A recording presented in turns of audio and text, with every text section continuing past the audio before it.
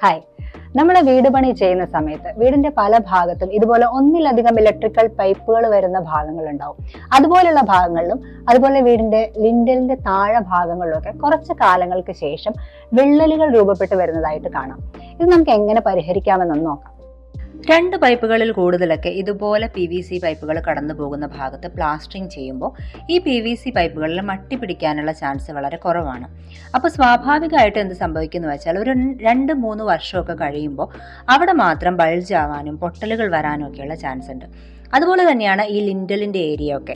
അവിടെ ഈ കോൺക്രീറ്റും ബ്രിക്കും വരുന്നത് കൊണ്ട് തന്നെ ഇത് രണ്ടും രണ്ട് തരം മെറ്റീരിയലുകൾ ആയതുകൊണ്ട് ക്ലൈമറ്റ് ചേഞ്ച് ഒക്കെ വരുന്ന സമയത്ത് എക്സ്പാൻഷനും കോൺട്രാക്ഷനും ഒക്കെ സംഭവിച്ച് അവിടെയും ചെറിയ രീതിയിൽ ഗ്യാപ്പുകളും വിള്ളലുകളും ഒക്കെ ഉണ്ടാവാനായിട്ട് ചാൻസ് ഉണ്ട്.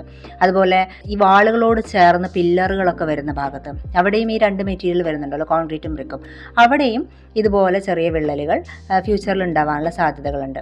അപ്പോൾ ഇതെല്ലാം ഒഴിവാക്കാൻ വേണ്ടി നമ്മൾ ചെയ്യുന്ന എന്താണെന്ന് വെച്ചാൽ ഈ ഭാഗത്ത് ഇതുപോലെ ചിക്കൻ മെഷ് യൂസ് ചെയ്ത് കവർ ചെയ്ത ശേഷം അതിന് മുകളിൽ പ്ലാസ്റ്ററിങ് ചെയ്ത് കൊടുക്കുകയാണ് ചെയ്യുന്നത്.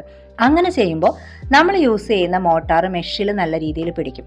ആ ഒരു ഭാഗത്ത് സ്ട്രെങ്ത്തിന് വരാവുന്ന കുറവ് നമുക്ക് ഇതുവഴി ഒഴിവാക്കാൻ സാധിക്കും. അങ്ങനെ നോർമൽ വാളിനുള്ള അതേ ഒരു സ്ട്രെങ്ത് ഈ ഒരു ഏരിയകളിലും നമ്മൾക്ക് ലഭിക്കും.